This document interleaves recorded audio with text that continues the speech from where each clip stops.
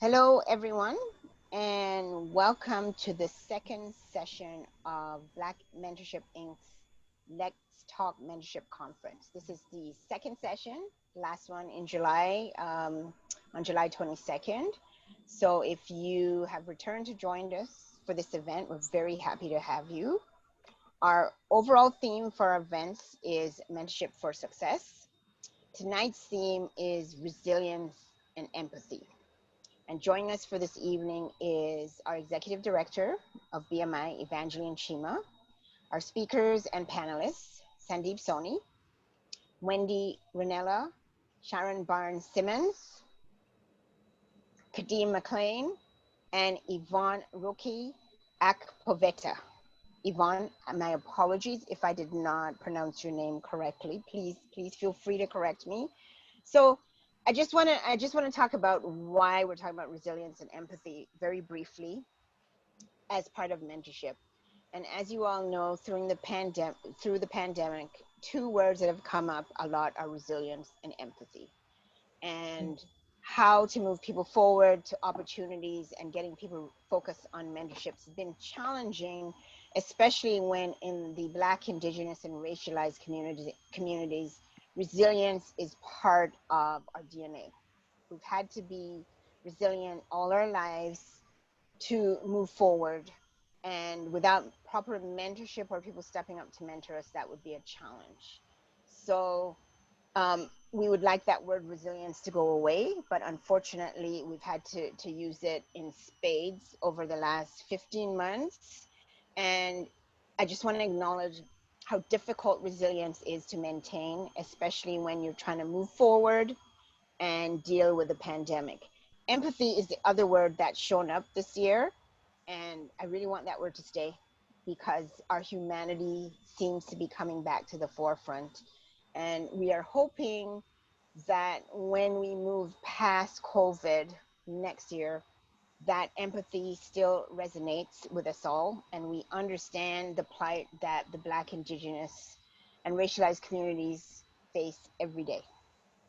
So we'd like to start the session today with the land acknowledgement, honoring the land and territory. Halton, as we know it today, is rich in the history and modern traditions of many First Nations and Métis, from the lands of the Anishinaabe and the Attawandaron to the Haudenosaunee and the Métis. These lands surrounding the Great Lakes are steeped in Indigenous history. As we gather today on these treaty lands, we are in solidarity with our Indigenous brothers and sisters to honor and respect the four directions: lands, waters, plants, animals, and ancestors that have walked before us, and all the wonderful elements of creation that exist. We also want to recognize the grave sites that have been discovered and recognize that even though it is new in history to some people, this history belongs to the Indigenous people, and we walk with them in this journey. We also want to acknowledge all the traditions, cultures, and influences that in their uniqueness, unity, and coexistence result in the unique nation we all share today.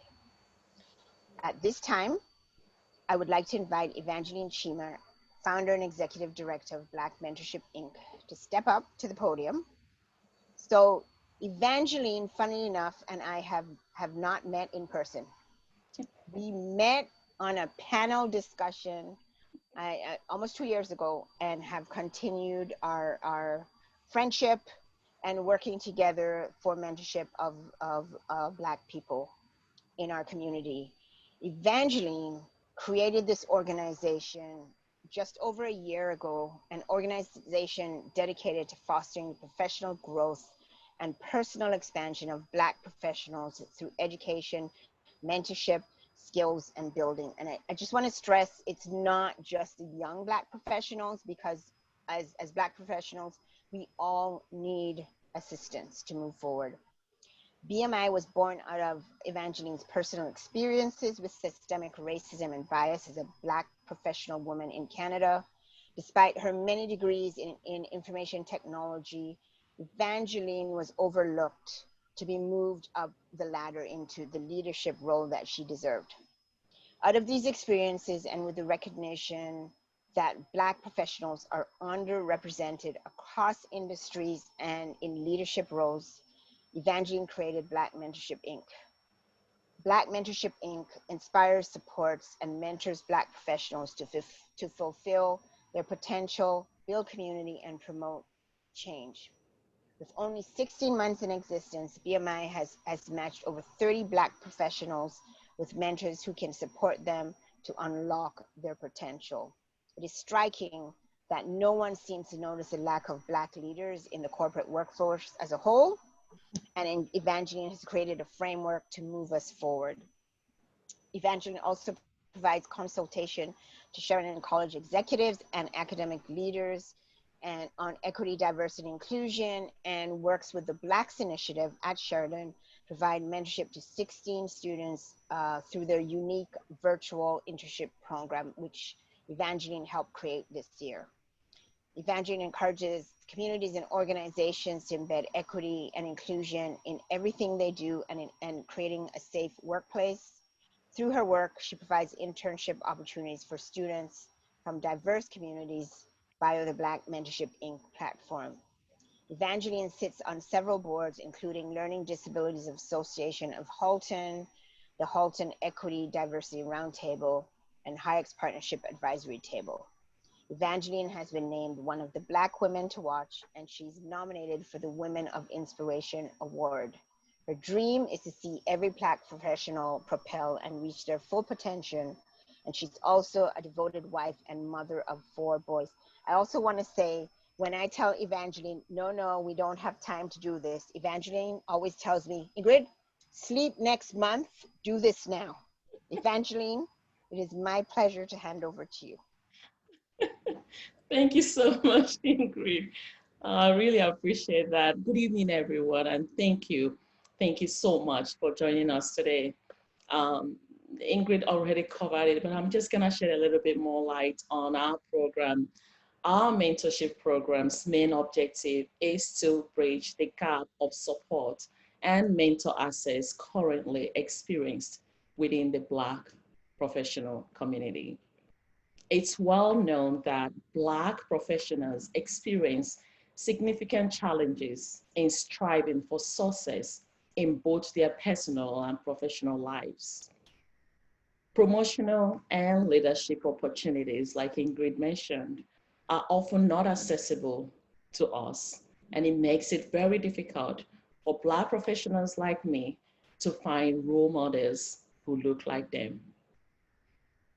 BMI is dedicated to addressing these challenges by providing an inclusive mentorship program aimed at fostering the growth, empowerment, and career development of overall Black people. Our program provides education, skills building, resources, networking, and strong community to enable our participants to achieve their own definition of success, whatever that is. But we are not just building successful Black professionals. We are building a movement. We seek to change the perception of Black professionals, both in and out of workforce. A core deliverable for this objective for us is engaging with employers and helping them to build frameworks that cultivate inclusive thinking.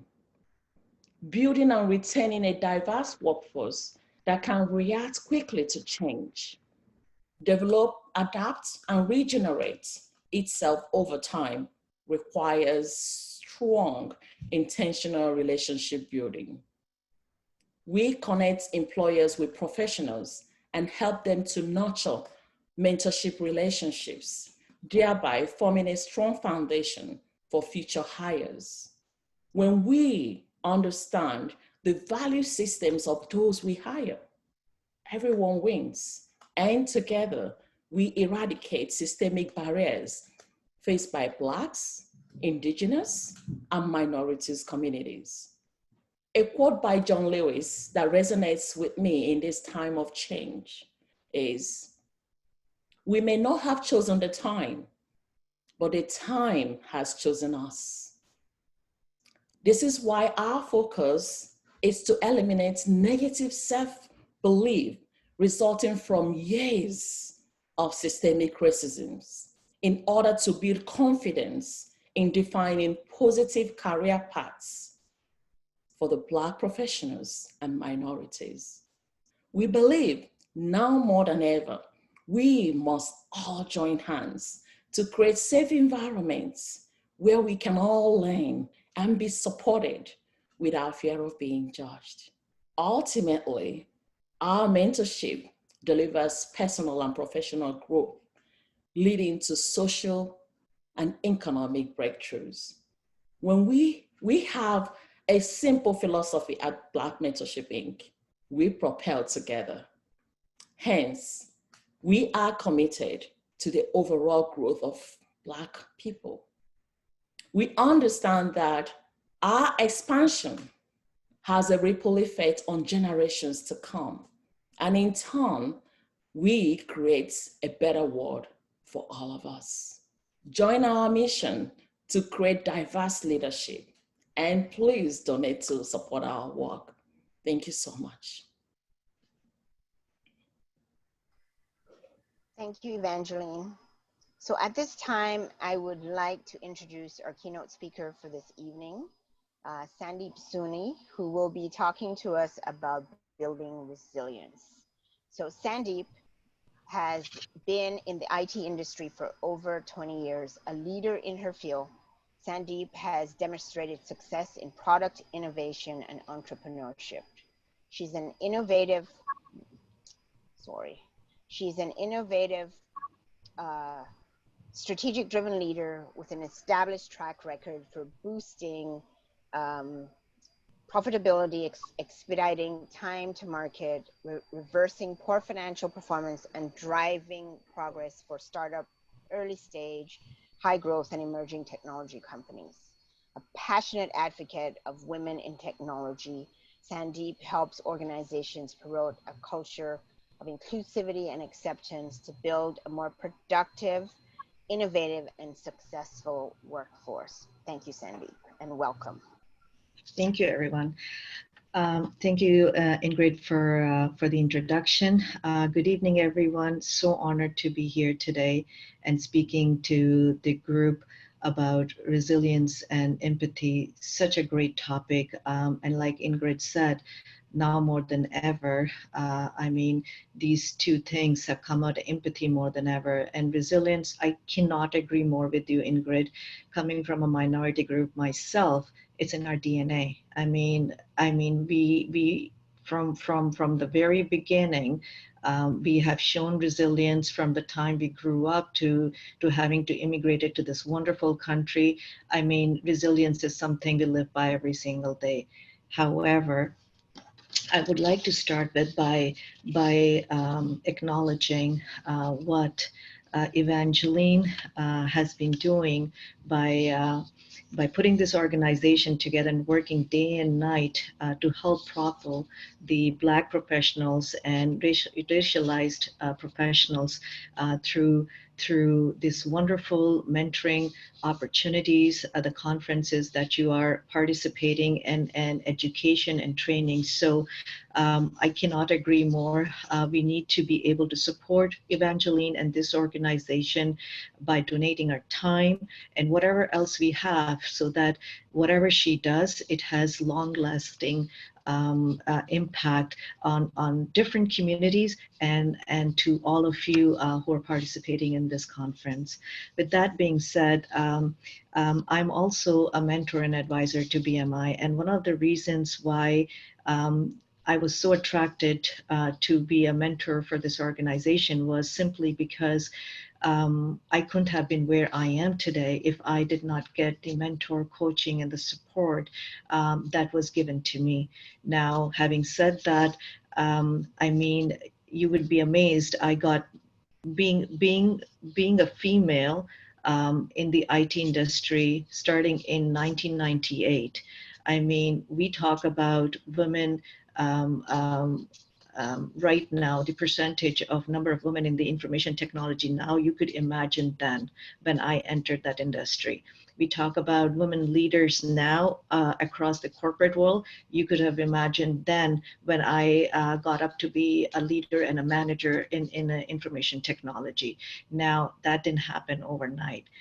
Again, there were very key words, and I'm going to keep going back to resilience. Okay, I put it up with every struggle that was out there, and every bit of my strength and every courage that I could put together to say I'll make it in this country, I'll make it to the profession that I've chosen, and I will get to the goal that I want it to be.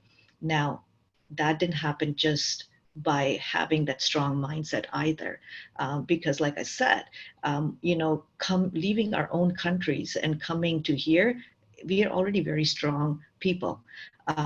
It happened because I seeked support. I knew that I was missing things that would have propelled me to move forward. I would be looking and staring at my goal and saying, how could I get there? I'm educated. I have certain skills, but there must be something that is taking so long for me to get to the goal that I wanted. And I started to look around. I started to look around and seeing how people who are taking the same journey and started at the same time as I am are getting there. And I took my strength where I was putting everything to get to the goal, to take that courage and walk up to those people. And I said, would you show me the path? Would you show me the path? Would you take me under your wings and tell me how can I get there?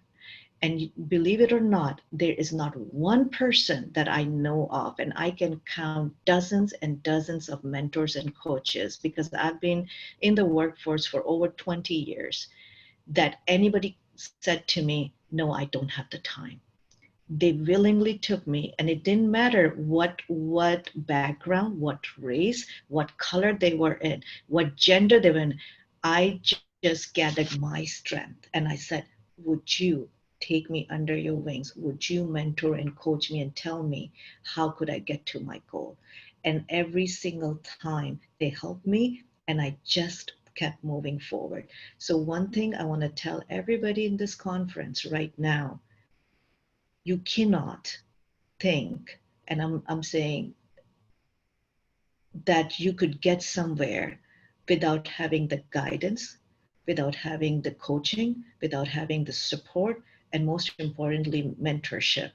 Um, and I mean, you could put everything together, but this is just key to tool that you need.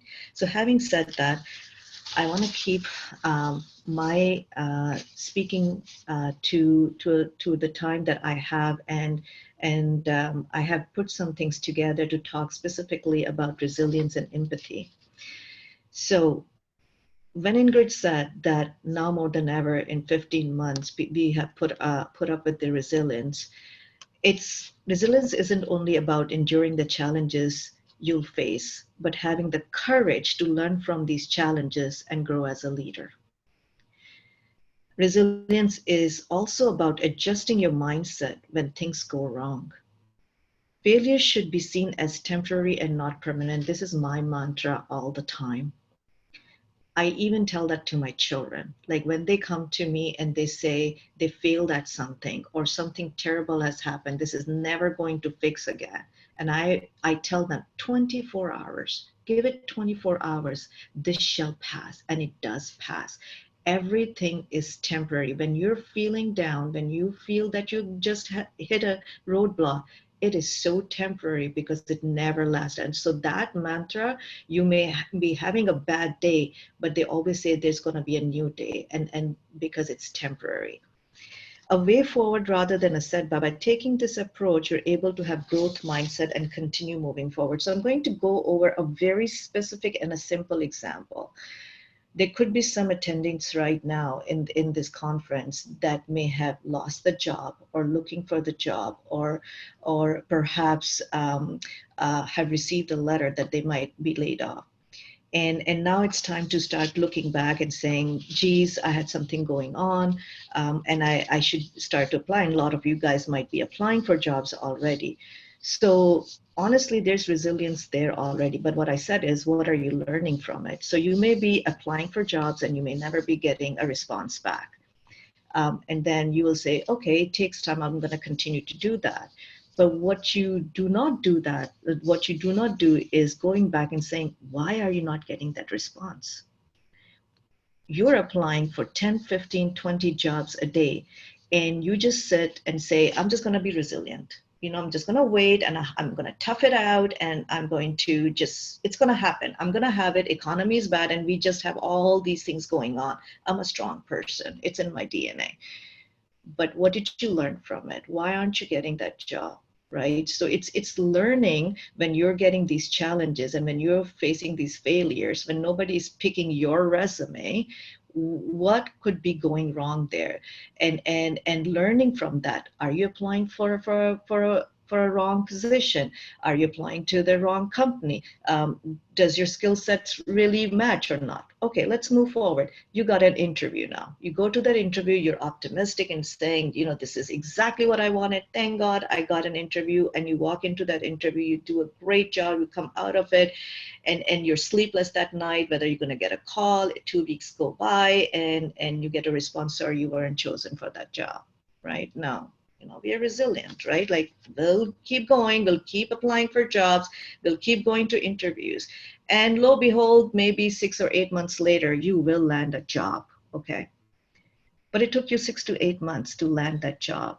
And you say, now I have the job, I'll move on. But do you think these challenges will stop right here? Do you think you will never have this situation arise again when you don't have a job, or you don't move ahead in the career?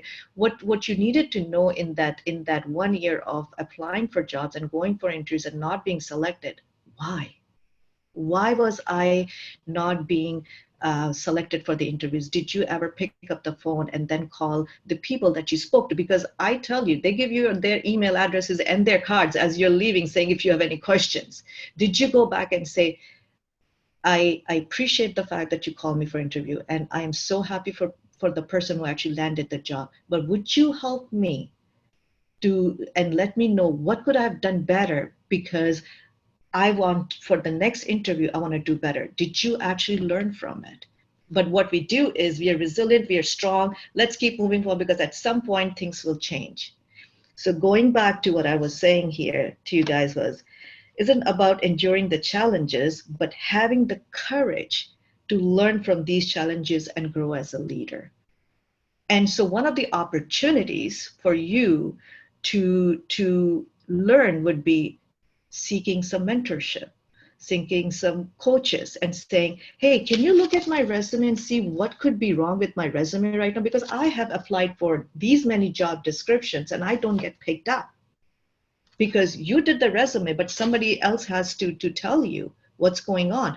Or you went to an interview and you never got a call, and you never went to a mentor or a support or a trainer and said, what could I be saying in my interview that it's taking so long for me to get the job? So we are resilient, but do we learn as we face the challenges and we fail over and over again? It's when you learn, maybe you shorten your stress of not being picked up or having those failures.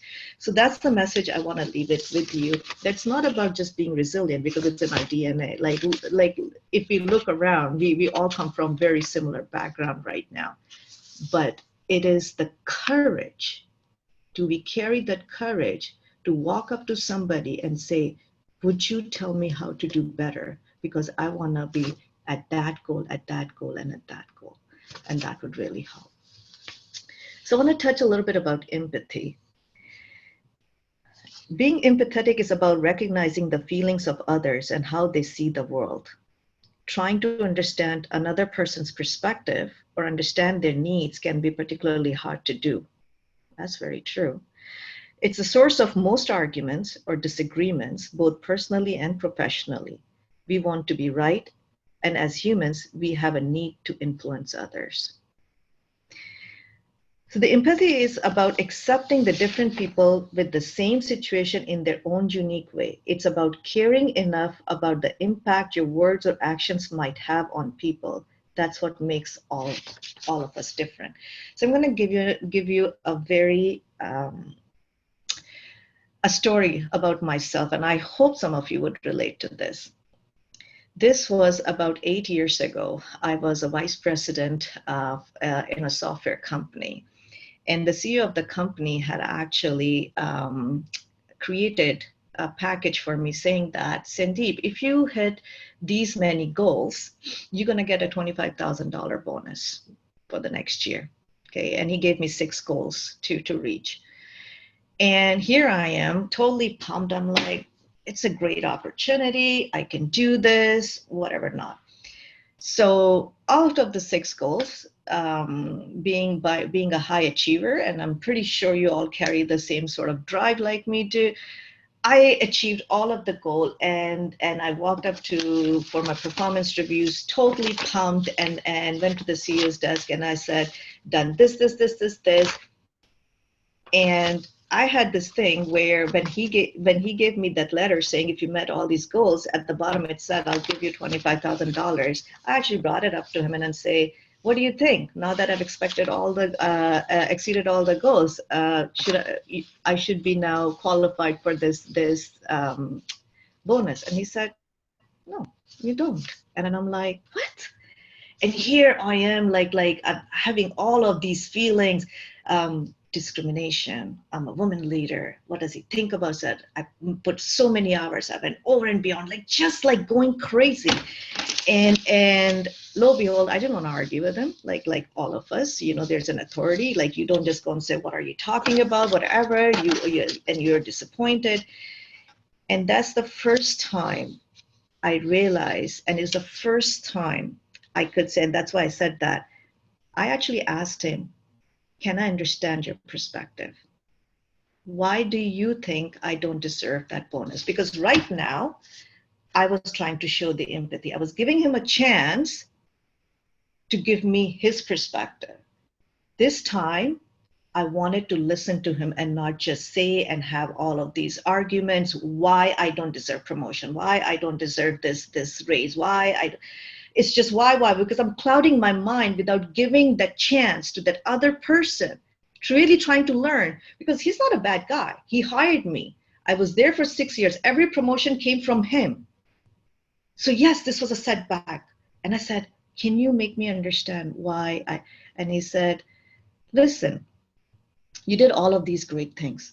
These are wonderful. And I have such high regards and respect. And here in the back of my mind, like, who cares about that? Am I going to get my bonus or not? And then he's like, you do realize we didn't make the numbers. You met all the targets. You met all the targets. Yes. But we are a small company. If I give you that $25,000, the strategic plan that you made with me 2 weeks ago, where you said if we hired 3 more people in that department, we might be able to, double our revenue in 2 years. I can't afford that. I went shut. Because he was right. He threw right at me because I was the one who made that plan. Where were we going to get that money if he gave me the $25,000 bonus? Because the hiring was to start ASAP. I said the hiring has to start ASAP. So he left me with that thought. I went back and I thought about it. I really thought about it for 3 to 4 days. I said, I'm the highest qualified leader. I'm the one building the strategic plan. He told me I did everything right. He respected that. He said wonderful things. He just didn't give me that $25,000 bonus. What I said to myself was, he didn't say that I'll never give it to you. He said, I can't give it to you. So I slept on it. I gave my chance. I listened to him. I showed the empathy. It's the first time I showed the empathy to really understand his perspective, not judge him, not do anything. Went back, went with my work. Do you know, 2 months later, he came back. He said, you know what, can we do $25,000 in installments? He said, every month for a period of 2 years or 3 years, I'm going to break this down and I will give it to you. So he still came back and gave it to me. because we had a plan in place. He knew that I hired people. He knew we were making the money. He kept his promise. He came back to me and he did that split up for me. So what I want to leave here with you is a couple of things that I wrote down. When we have empathy for others, we improve our communication, our ability to influence others. And that's exactly what I did. I gave him a chance to give me his perspective. I went back and I didn't lose my sleep, and I said, you know what? I've been with this company for 5 years. He's not a bad man. Okay. He's given me every ability, every empowerment to prove myself as a woman leader. So what? I didn't get my 25K. I'm going to go back and prove myself once again and go back in that door and say, now do we have it? Because who knew of all those finances other than me? I did. Instead, I walked in with that ego about saying, I have done all of those things. What do you mean you don't have money in the bank? Give me my $25,000. So I'm going to leave you with this. It's the same guy who then made me the head of the company and gave me the next opportunity to sell that company and make the biggest commission in my life. So as I was writing this, I remember Stephen Covey's 7 Habits of Highly Successful People. And it says, seek first to understand and then be understood. And I'm going to leave you with that quote. Thank you.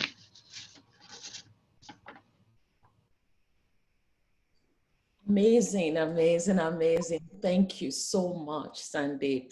Seek first to understand. I love that quote.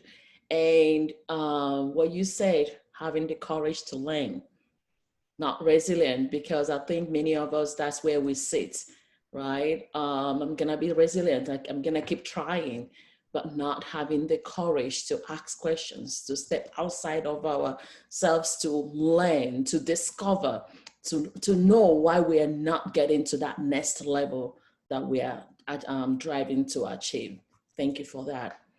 Moving on, I am going to start introducing all of our panelists.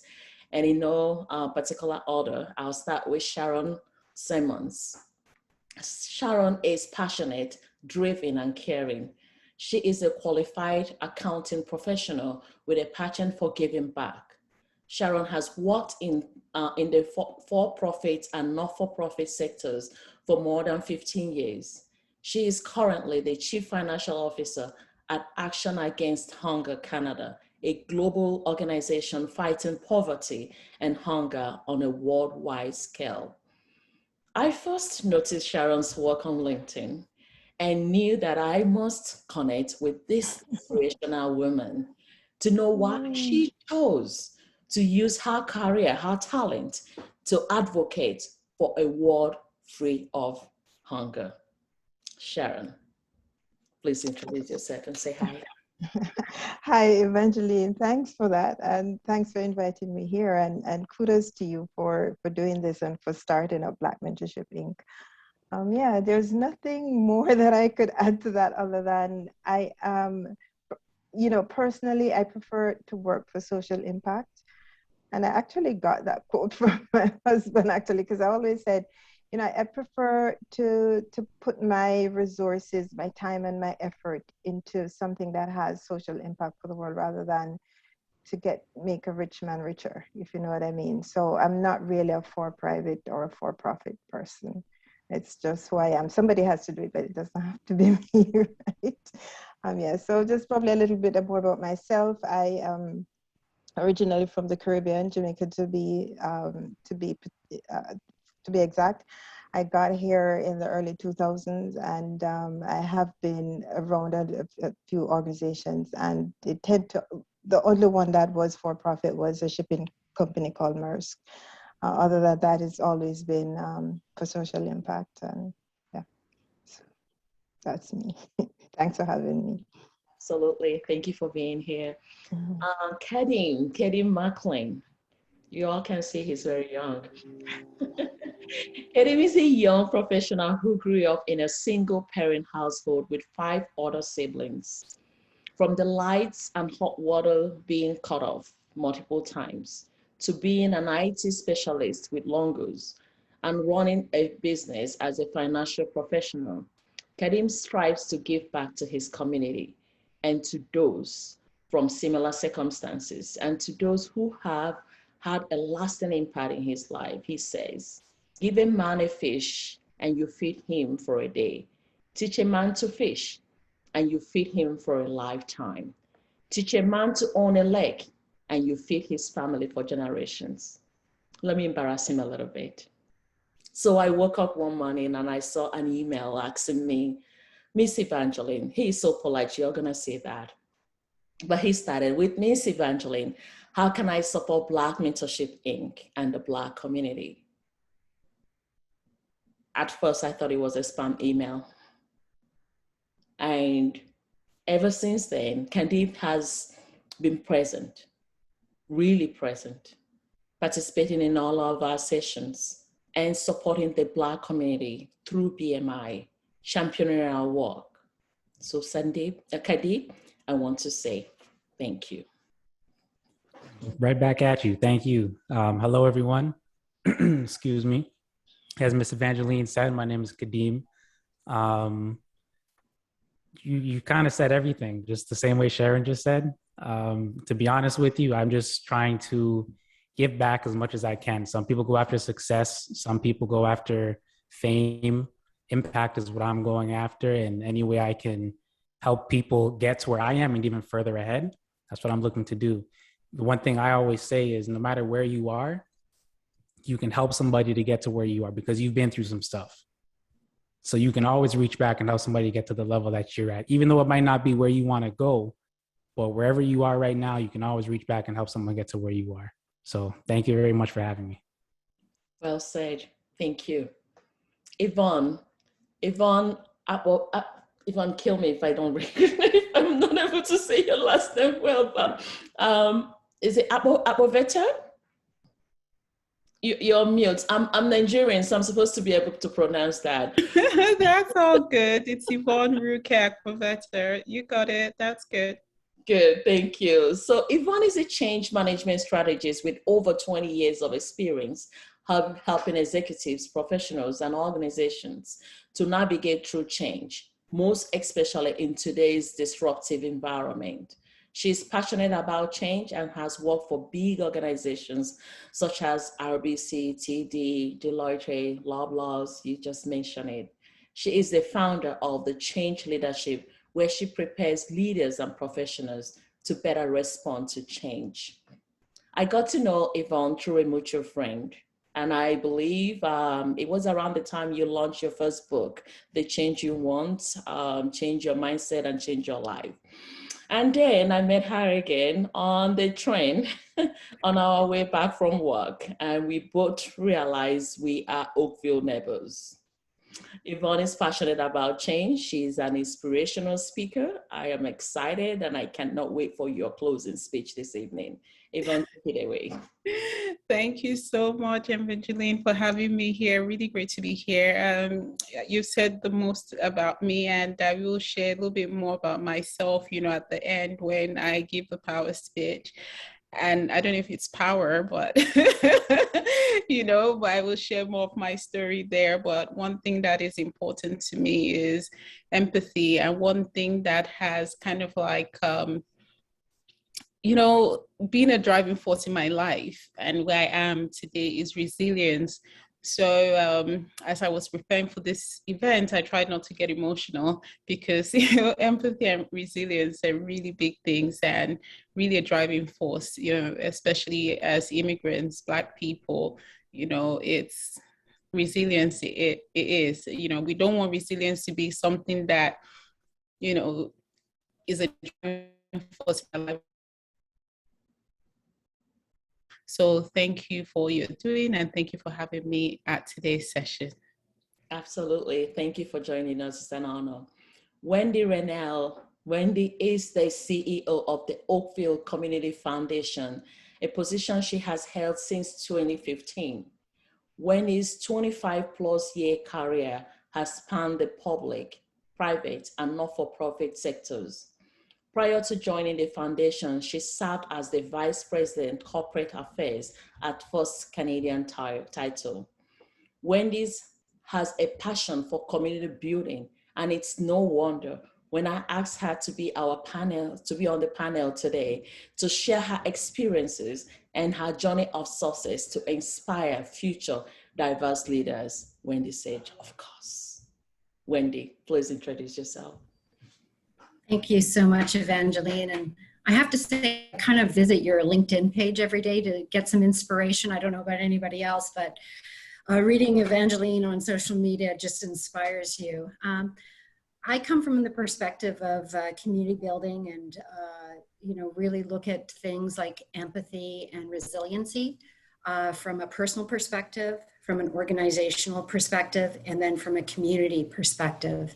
And I think it's all interrelated in terms of keeping our communities, our organizations, and ourselves resilient. And it is one of the most important things that we can feed and nurture in ourselves, in our organizations, and in our community.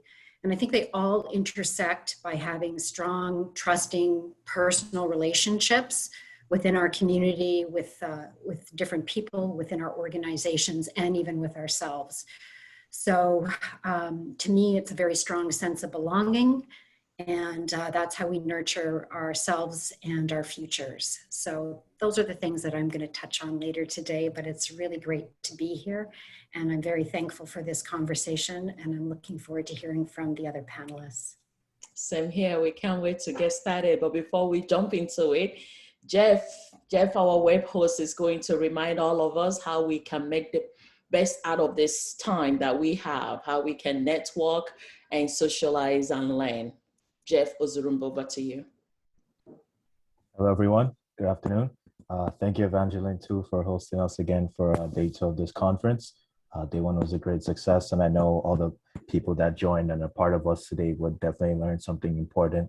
And thank you, Sandy, for such an inspirational speech. I'm sure everyone took notes of that final quote, and they would definitely use it to propel themselves in some way forward. Just want to thank you all for attending today, being present with us and sitting with us to listen to what we have to say, and just self-improving yourself by coming to this session. But I'd like to advise all of you to take this time to sort of network, reach out to us in the panel, ask some questions, stay engaged in our conversation. And that way you not only learn, but you try to advance yourself by reaching out and offering a helping hand in what we're trying to put together with today's discussion. It's important to always just reach out to people you believe can add some value to you, whether they be the panelist right now today, or you see someone from you met online tomorrow or in the street.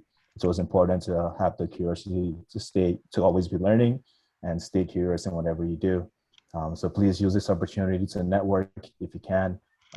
Just reach out and connect. We are here to help Black Mentorship Inc.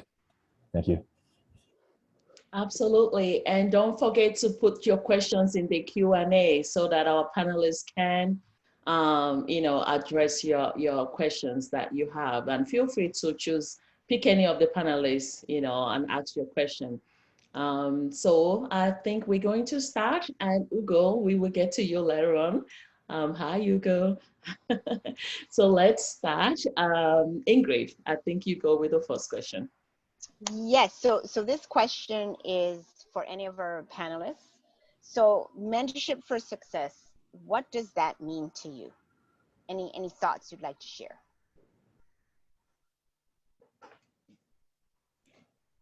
And any one of you can answer this. Yeah, I guess I'll jump in there. I think Sandeep kind of pointed it out, right? In terms of, the way I kind of look at mentorship, here's one example, is just, and I'm sure many of you have heard this already, is like a minefield, right? If somebody has gone before you, they know where not to step. So with a mentor, you can cut down time frames, you can compress time frames and avoid certain mistakes that the person who's gone before you have already made. They can show you exactly where you need to go. So when it comes to mentorship, that's synonymous with that minefield is synonymous with mentorship in many different areas of life. So short answer, but hopefully that answers. I love that. I love that that description. Thank you, Thank Kadeem. you. Anybody else want to share their thoughts? So yeah, actually, I do have a story, and I love telling the stories because I feel people relate to them better. So agree with you, Kadeem. It's truly is a shortcut, and sometimes I say, you know what? How like had I known about mentorship early on in my career, I could have done things differently or whatever not. But here's the story goes. Okay. So worked for a very large organization. 10,000 people. Got an opportunity to do a project, and here I'm feeling that I'm doing a great project implementation. Like my team, my manager, they're loving me for the work that I was doing. However, I'm finding the unhappiness in the work that I'm doing. So I'm like, you know what? It's been 2 years. I'm doing this project. It's going really well. But you know what? I'm not learning. You know what? It's the same repetitive stuff, but I'm doing a great job. Like they're paying me bills, and I might get a great review out of all of these. They are all loving, but I'm not learning anything from this, right? And then I had the opportunity to sit in a meeting of 20 people where there was VP of product development was talking about something, and I'm just watching him. I'm just watching this very charismatic leader just talking about product development and how that needs to be done and all of that stuff. And I'm like, you know what? I like what he's talking. I really like what he's talking. And that is so interesting. 2 years doing this project management, I want to do what he's talking about. So you know what I did? I chased him down. He was in a completely different building. He was in a completely different building because I knew the group that I was with and all the amazing work I was doing. And every day everybody's telling me that, you know what, this is doing phenomenal job for the company and you're great, blah, blah, blah. It's not helping me. So I chased him down to another building. I literally, after my lunch, walked to his door, knocked at his door, and I said, I don't think you remember me, but I really like what you talked about, that product development thing. Do you mind having coffee with me? Like anytime this week we can meet, like, and so, like in those time in the corporate buildings, you could find like a basement sort of food court and you can meet. Do you know what he said to me? Do you have time Friday? I'm like, absolutely, I do. So you know what? 6 months later, I was in his team. I was working with him. Even though I was doing phenomenal job. Same salary, I didn't care. It's the challenge I wanted, the next challenge, and he was right there. He was telling me. So I said, please mentor me, tell me what this is all about. And then sure enough, we connected, we built a rapport. I showed him how interested I was, that I'll prove myself in his team. And all it took was just a linear transition, and I was in the next building working under his hierarchy. That's it. It's the courage I took, and I'm leaving that again because I wanted to learn something different. So that's what mentoring does. Absolutely, Sandy. Sandy. There goes that again, having the courage. I love that. And my goodness, Kendine, a mentor shows you where not to step on in the main field. Wow. Did you see the comments too? My God. Okay. Ingrid, Yep. Yvonne, can I ask you the next question, please? So accepting that change is a natural and an unavoidable part of life. The concept of change can be challenging and disturbing. Many of us would prefer to shy away from change, no matter whether the change is big or small. Yet change is an integral part of our personal development journey, and for the most part, something we should embrace. Why is change a necessary part of life, do you think? Oh gosh, I know I'm a change management strategist, but that question is so weighty. You know what? Change, just think about it. Change is part of life. We're born, we're kids or babies, adolescent, adulthood, there's always change, and change is always happening. So change must happen for us to evolve. Change must happen for the world to go round. I was taking a walk today, and I see dogs all the time. But, that's normal. When you go for walks, there's always someone with a dog. And I just started to wonder, how do dogs evolve from even knowing their name is Chase or their name is Coco or anything, and they just evolve and learn behaviors, they get trained. And for us, change is so ingrained in us. Okay, let me take a step back. People don't tend to like change. But I always say to somebody, give someone $1 million and they will embrace that kind of change. So change is in such a way that people may not like change. People may not want to respond to change when they feel that it is negative. So change is not always something people push back on. People push back on change when they feel that it has a negative type of effect on them, where they're scared, where they fear the change, where they're not aware of what's happening. But people embrace change when it feels very positive. People embrace the change when they want to get married. People embrace the change when they get a promotion. People embrace the change when they're moving to a nice, lovely house. People embrace the change when they get a car. So change is something that is always happening, but where people push back and resist change is when they get scared of that change, and when they don't know what's going to happen, when it feels unknown, when there's uncertainty around that change.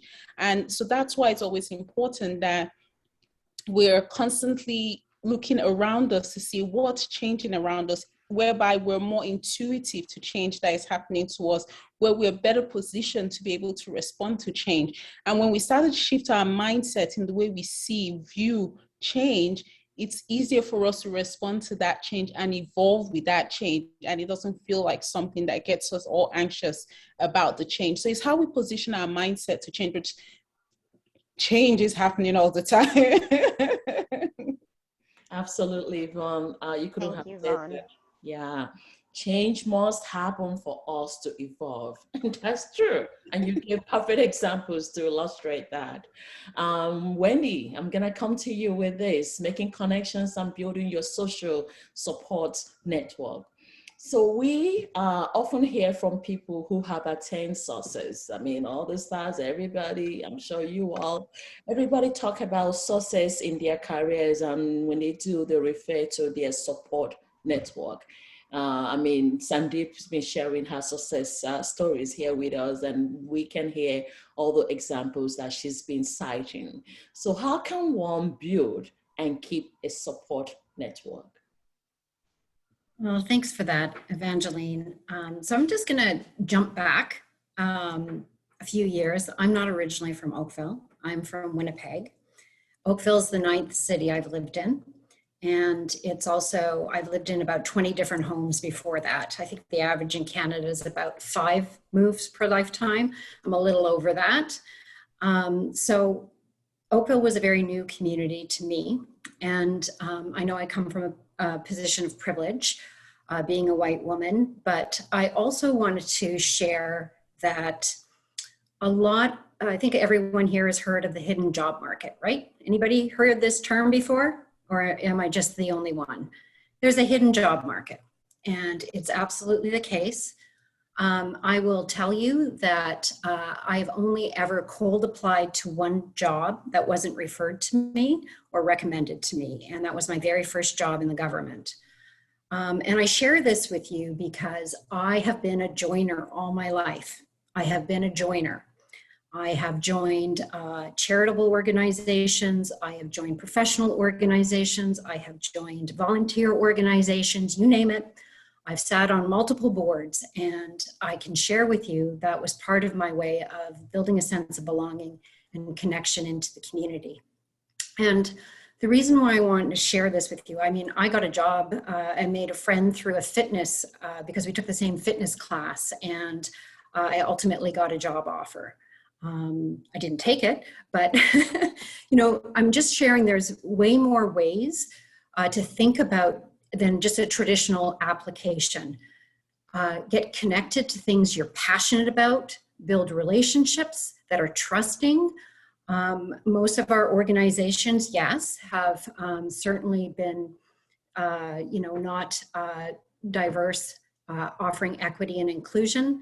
I think there's many organizations that are on that journey right now, particularly with the help of some groups like Evangeline's, Black North Initiative, the Onyx Initiative. You know, I'm very hopeful because I'm very supportive of these types of interconnections in our community.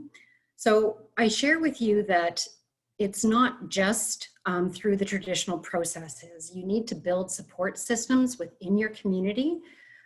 We know, for instance, at the foundation, we do studies on sense of belonging. We did one in 2017. We're actually live right now for one on Black, Indigenous, and people of color with the Canadian Caribbean Association of Halton and Sheridan College, where we're studying those experiences of belonging. But we know that the more people are integrated and they join different organizations and they actually even just go out and participate once a year, they get a shared experience, stronger connection to the community, and they build trust. So I share that with you because I appreciate that we all have different experiences, me in particular being a person of privilege, but I also know that, you know, I have seen other people excel. We have an amazing chair of our board right now who's a racialized woman who's general counsel for Canada West Bank. So, you know, I've seen great success stories within this community, and I encourage everybody to engage within the community in the different organizations. So be a joiner, try and channel your extrovert self, as Sandeep has identified, you know, go out and say, will you be my mentor? Or show me how to do that. Or you see somebody standing there cheering on Andre DeGrasse and you go and join them, you know, and have a conversation. So I encourage everybody to be a joiner. Thank you for that. And this is the first time I'm hearing that phrase, be a joiner, you know, volunteer. Put yourself out there. I'm gonna do that. When Ingrid, go ahead. Thank you, Wendy. So Kadeem, this question is for you. So We're going to talk about building resilience and turning our challenges into success. So each of us faces challenges and unexpected events in our lives. Some of life's challenges are stimulating and some of them are overwhelming. How can taking decisive actions help one navigate life's challenges? Thank you for the question. We've all heard the saying, fear, right? False evidence appearing real, right? Most of us have heard that. And the thing about being decisive and taking action is it eliminates fear. So I find a lot of the times our challenges come from, and I think Yvonne kind of mentioned this, but it comes from being indecisive and not going after that change. So when it comes to fear, the longer we take to make that change, to take those actions to whatever it might be, right? To take action and do whatever needs to be done. The longer we take, the more we give that fear time to fester, right? And there's been studies done on things like this. Even when you wake up in the morning, you try to get up earlier, you turn off the alarm. If you lay in bed, you're likely to get up late. You're not going to get up when you expect it to get up. But I don't remember the exact time frame or the amount of how many seconds you count, but I think she's a doctor, PhD. She said, count to 5 and make sure you're up out of that bed before you get to 5. And that helps people to get up earlier, right? So at the end of the day, I think decisive action will help you to eliminate that fear and attack the challenge, or really, attack the challenge before it even becomes a challenge, right? The more thought you put to something, the more likely you're not going to do it. All right. Definitely think about your decisions. I'm not saying don't think about it, but oftentimes when we sit and we think, even when I wake up to go to the gym, if I sit there and I think about it, I'm like, yeah, I could maybe miss a day. But in reality, if I don't think about it and I just get up and go, then I'm going to end up in the gym and do what needs to be done. Great answer, Kadeem. Thank you. Thank you, Kadeem. You're so right. The longer we sit on something, the more, we allow the fear, and then we lose the courage, like Sandeep talked about, and we don't chase, and we are not joiners. Ooh. I'm going to stop pressing the alarm button in the morning. Oh, yes. Sharon, I'm going to come to you with this question, and we're going to be talking about nurturing a positive view of yourself and your abilities. As you know, Black professionals, we face a host of challenges and discriminations, from access to opportunities to worrying about how our ability to be authentic at work can impact us or impact our advancement, to being the only person in the workplace or in that management meeting room. So we have all these worries that we are always carrying that put weight on our shoulders. How do you develop and nurture a positive view of yourself with all of these unpleasant thoughts? Thanks, Evangeline. Thanks for that question. And it's a very good one. And I actually deliberately remained silent when Ingrid asked about mentorship, because unfortunately for me, I could not find anyone who I could I could reach out to, because I just never felt, I didn't see anyone who looked like me, high up above that I felt could mentor me. And the one or two times I reached out, it was like like a male, probably a different descent, and it never felt right. So what I did for mentorship was to sort of look at individual bosses or leaders who I had, and just sort of silently learned from them, and also learned the bad things that what not to do too, but it's so important to develop a positive to just create some mantras or manifestations that you sort of tell yourself daily, especially for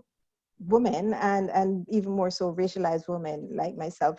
When you're when you if you don't do that, then it's very easy for people to come in and rob you of your joy. So you always have to find that space, and that passion, create that passion within you to just sort of block out the noises and the negatives, and just keep telling yourself these positive things.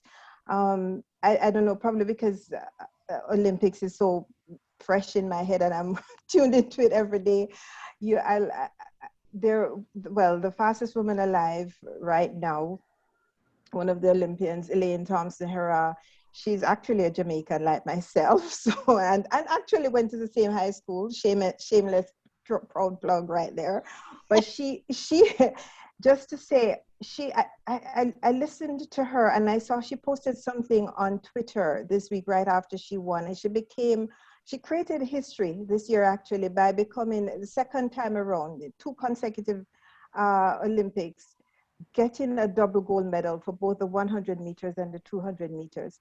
Now, when you talk about resilience, this is someone who, throughout that four-year stretch, or even five, between Olympics, she was off the world scene because she was plagued by injuries.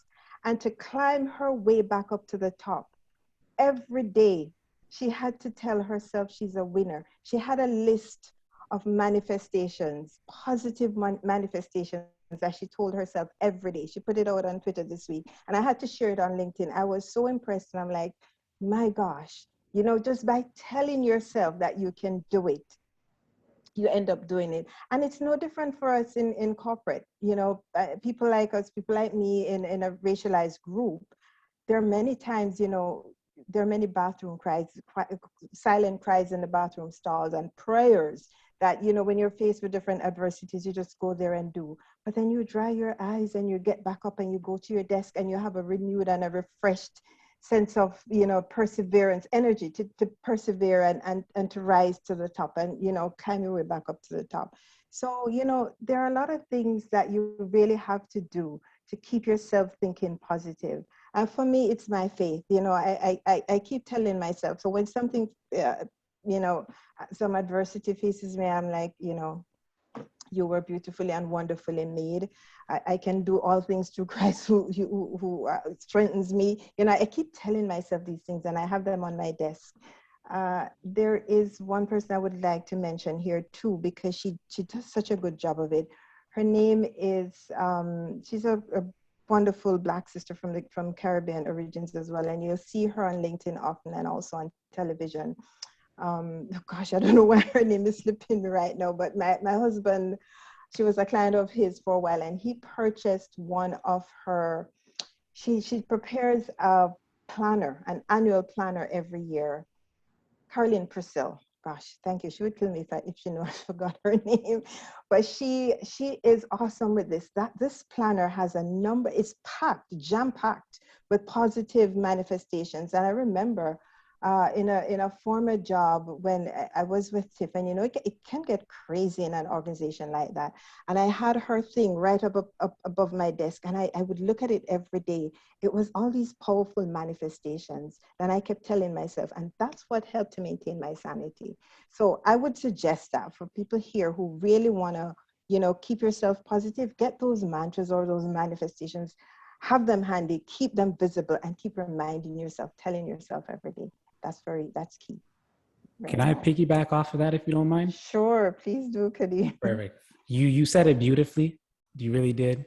And affirmations, for me, when I first heard of affirmations, I was like, okay, like I'm just gonna read this thing to myself. It kind of seemed like boring and like not really gonna help me. It just kind of seemed like something to do. But affirmations, it truly, truly helps, as Sharon just pointed out.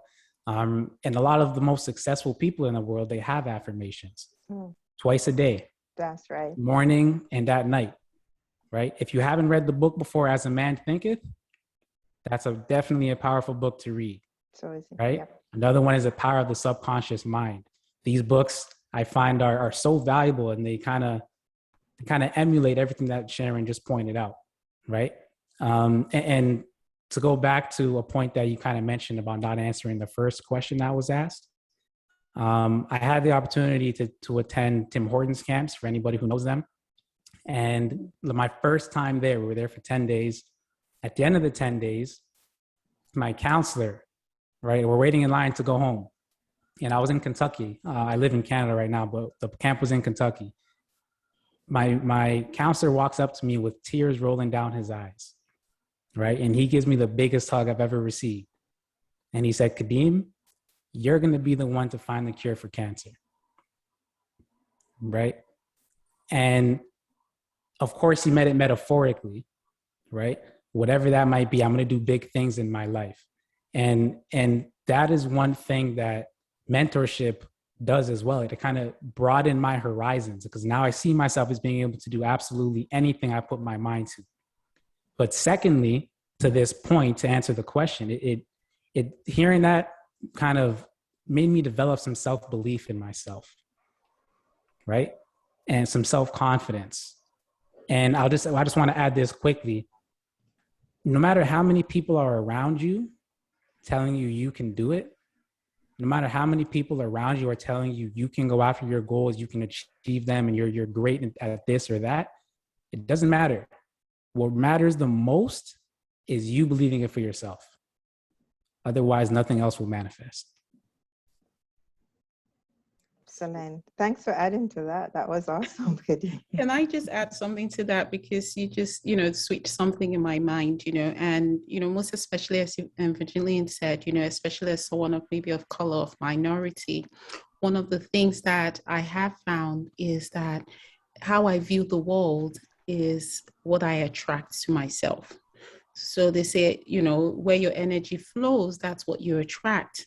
So one of the things that I've done from a resilience and a mindset thing is that when I receive a rejection, or when something doesn't go the way I want, or my resume is rejected, I don't look at it as saying maybe because I'm Black, or because I'm female, or because of this. And that might be the case, because when I start to look at those things that I cannot change because I am Black, because I am female, because I am an immigrant, because I am this or that, then I am limiting myself to what could happen, because I can't change those things. That's so if right. I start to feel, even though I'm being victimized, if I start to feel victimized because of those things I feel I cannot change, it holds me back mentally from getting to where I need to be. So what I tend to do is to say, what do I need to do next? Okay, I didn't get that job. So what next? So I wasn't identified for that promotion. So what next? So my resume wasn't selected for that role. So what next? Because those are the things that I can control. So I focus on what I can control and not on what I cannot control. So that shift and perspective in how I view things is one of the things that I arm myself with in order to move forward to, when I'm faced with adversity. Shape your Excellent. world. Don't Yeah, allow it to yeah, shape you. Powerful. So, that's right. so thank you, Yvonne. So I'm just gonna to read out the question that one of the attendees put in the chat. So because it's going through this topic here. So the response was, that's great, but sometimes it's a gamble. And the response was to Sandy's comments about going and approaching somebody, and Sandy wanted to answer that as well. So an organization I've been with for 15 years, when they decide not to have you in the leadership team, I am BIPOC. No chasing down the manager could help me with all my qualifications. Unfortunately, the senior leadership, the leader was a woman, yet she ran the company like a big high school mean girl club. So yeah, so when I saw that question, I honestly could could feel the emotions coming there. But I'm going to talk very practically now. Okay, so there are a few things, keywords I picked up. 15 years in that organization. How could you be in an organization feeling the way you're feeling for that long? Like, did you not feel that it was time for you to move away and not spend another 15, 20 years there? I'm pretty sure there could be some life circumstances that might be putting you there, but seriously, if it's not, 15 years trying to chase an organization to give you what you wanted.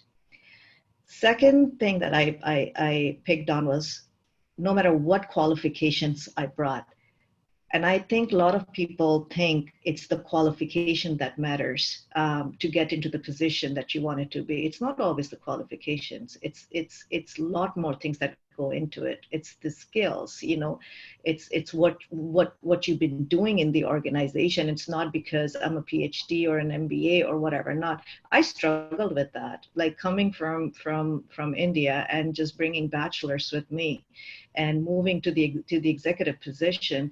My biggest challenge was I was never going to be picked up over the other candidates because I didn't bring MBA, I didn't bring like 10 other certification or whatever, but none of that. And I can back that up with every reference I have from every organization that promoted me.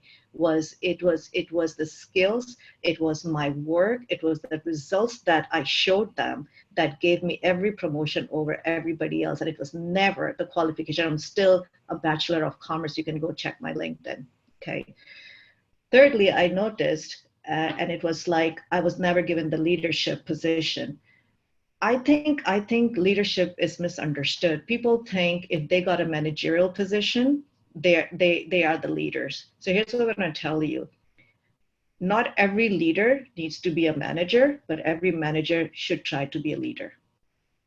Okay, so what I mean by that is, and then I don't know because there's not very much specific in there in the questions about like what were the circumstances there. But I'll tell you, when I was running the company in my organization, there were teams and there were managers and there were individuals who were reporting to me. And those individuals had the opportunity to have the teams, but they were never a great leader. Therefore, I could not bring people under them. Do you understand that? So leadership qualities doesn't matter. You're an individual. So they were leaders in their own way, but they were just not good managers. And there was no way. And I had that very candid conversations with them. They were with the company for 10, 12 years. They wanted to be promoted. I gave them every promotion they needed, the title, the compensation. But I said, one thing I cannot do is put people under you because you just don't bring that skill set. But they were leaders in different ways. They were role models to a lot of junior developers who looked up to them and wanted to be mentored in how the programming was done. And they showed phenomenal leadership in that. but they could not be managers. So again, there were no specifics in there, but I would love for the opportunity, whoever put that question out there, to reach out to me directly, and I will take personal interest in finding out what stopped and what is stopping you right now in that organization to get where you want to be. I love that. You are on, Sandeep. Whoever it is, just click on you can actually select the panelists by name and, put out your information to Sandeep and you guys connect offline. This is what I love. Yes. I'm gonna actually, go ahead, Ingrid. I think. Yes, the next question, Sandeep, can I, unless there's another Q&A, is there another one? No. There's quite a few there. Okay, let's go to Q&A. Jeff, can you read out the Q&As, please? Yes, one is just saying powerful and insightful thoughts from the panelists. Not really a question, but the second question will be, how can you display your skills if your organization never gives you a chance to display them, and every extra effort you put in seems to be overlooked? And anyone can take that. Thank you. I can take that. I can, you know what? One of the things that I'd want to say, and Sandeep even probably answered this in her, not probably, she did answer this in just her previous response, is you have to show yourself first as a leader for you to be recognized as a leader for promotion. So in my experience, on roles, even as a project manager, I was just doing my role, my job, but in my job, I was doing it to the best of my ability. I wasn't even looking for a promotion at that time, but in the little things that I was doing, I would go above and beyond. I did not wait for management to tell me to do X, Y, Z. I would see that there was an opportunity to do something and I would volunteer to say, hey, I just did this. Or a perfect example was I'd listened to some of the goals for the technology team and department, and one of the goals was in terms of where they were going. I found that interesting. So Gartner was doing some free presentations. Gartner is a research company, and I reached out to Gartner and said, hey, would you mind coming to give our organizational presentation in terms of how this can happen? And they said, sure. And I reached out to my boss. I said, hey, you know what, Gartner is doing this. They're going to be willing to come over and do this and this and this. And she said, oh, I'll speak to the CIO and see whether he's interested. And that was it. So I was demonstrating leadership skills without even being in a leadership position. So when an opportunity came along for something to happen, or they wanted to promote somebody, or they were looking for someone to fill that position, they didn't look for who they were going to develop into that leadership position. They said Yvonne would be perfect for this because she has already demonstrated herself as a leader, and they were able to count the various things that I had done. So even when some people were like, oh, what about this other person? I had people banging the table for me. These days, a lot of people talk about sponsors.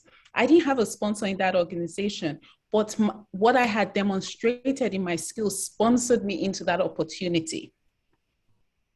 So that what I had done was speaking on my behalf, even though nobody was there to speak on my behalf as my sponsor. So those are some of the ways that you can position yourself for success. When you demonstrate what you're capable of, people are looking, people are seeing, and you don't even know what they're looking at and seeing. So that would be my take. Absolutely. I like that. Yeah. Very well said. I just wanted to add something to that, and for me, every question is also an opportunity to whoever these anonymous attendees are to try and see what they're asking for. And it says, how can you display your skills if your organization never gives you a chance? And I'm going to stop right there. So you're literally waiting for somebody to give you a chance to show your leadership.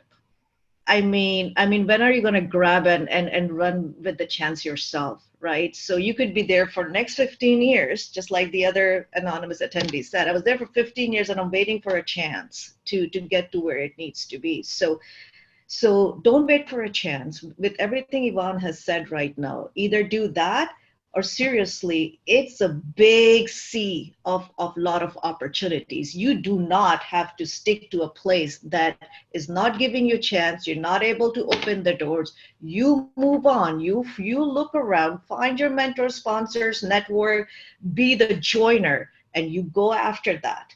You don't wait for somebody else to give you a chance. You got to take it and run with it. Okay, so either show your be a leader, show your leadership skills and get recognized and let people find you, or you just say to hell with it, it's not working out here, I'm moving on, I'm going to go find somewhere else. That's what you need to do. That's my answer. You know what? Yeah, Go on, Wendy. Go ahead, Wendy. Sure, thanks so much. I really enjoyed both those comments about creating your own champion and showing your initiative. But here's a different take. I always tried to do what my manager hated doing. So I always tried to be the one who stepped in and provide like the relief pitcher kind of thing. I always thought, well, if I could do that, you know, I would be valued because I could take over some of the managerial responsibilities that my manager hated doing. So I did use that tactic. It did work for a number of opportunities. So I just share that with you. Sometimes it's helped to relieve the burden of your leader. So think about it from that term as well. And I hire people who complement me. I don't hire mini-me's. I want people who are way better at doing things that I can't do. So as a leader, I look for people who complement me. So think of yourself as a complement to your leader or who your manager is. And maybe that's a way that you can demonstrate your initiative and individuality in your skills. One of the things I wanted to add is, and Sandeep said this much earlier, ask for feedback. That's so important, because if you leave that organization you are because you feel you're not getting that opportunity and you go to the next organization, if you don't know what is holding you back, if you've not asked for feedback where you are, you're going to make the same mistake when you go to the next organization. So always ask for feedback, because the perfect example was from Sandeep. Is she could have walked away and said, oh my gosh, I've worked for this organization, you know, they promised me this bonus, I didn't get this bonus, and be prepared to walk away into another organization. But she asked for feedback. So always ask for that feedback. So when you go to, whether you get the opportunity in that organization or whether you leave and go to the next organization, you know what you're working with. So feedback is very key as well, you know, so that at least you know what's holding you back, because we all have blind spots. So feedback helps us to identify those blind spots that we may not be seeing, but yet we think we're doing a great job. I would also add to that we need to speak about our successes and what we do well, because we have a tendency, especially in the Black and Indigenous racialized communities, not to speak up. We don't speak up about our successes, what we've done, how we participated in a process or a program to make it successful. And I think, you know, as at the last session we talked about it, that, you know, if I speak up, I look like I'm bragging. So I think Ekwe brought up that that Dr. Ekwe brought that up, and somebody finally said to her, you need to stop thinking about it as bragging and speak up about your accomplishments, right? And put it out there. I usually tell people that a resume is only part of what you do. LinkedIn is part of what you do. But when you participate in, like one of my mentees participates in the Sheridan program, I said, well, is it on LinkedIn? No. Do you have a speaker sheet or a presentation sheet that you attach that tells all the things that you've done, right? And you have a separate sheet that you can attach with your resume that talks about all the contributions to your community, all the volunteerism, all the things that you've done, because that helps build your resume, right? Volunteering is a big part of it. So yes, and Dr. Clements, yes, speaking up shows, it builds confidence. You know, it feels bad the first time you do it, but work through it, build up your sheet and talk about the things you've done for your community and move it forward. Absolutely. Well said, everybody. What I do for myself these days is I write my success stories, right? Mhm. So that I'm ready to pull from it, when the time comes. And initially, I wasn't doing that, but now I'm keeping record and I'm not afraid to tell anybody what I have achieved. Yes, we have two more questions in the Q&A. How do you go about redeeming yourself when you have had a chance to display your leadership skills but you messed it up? I love that question.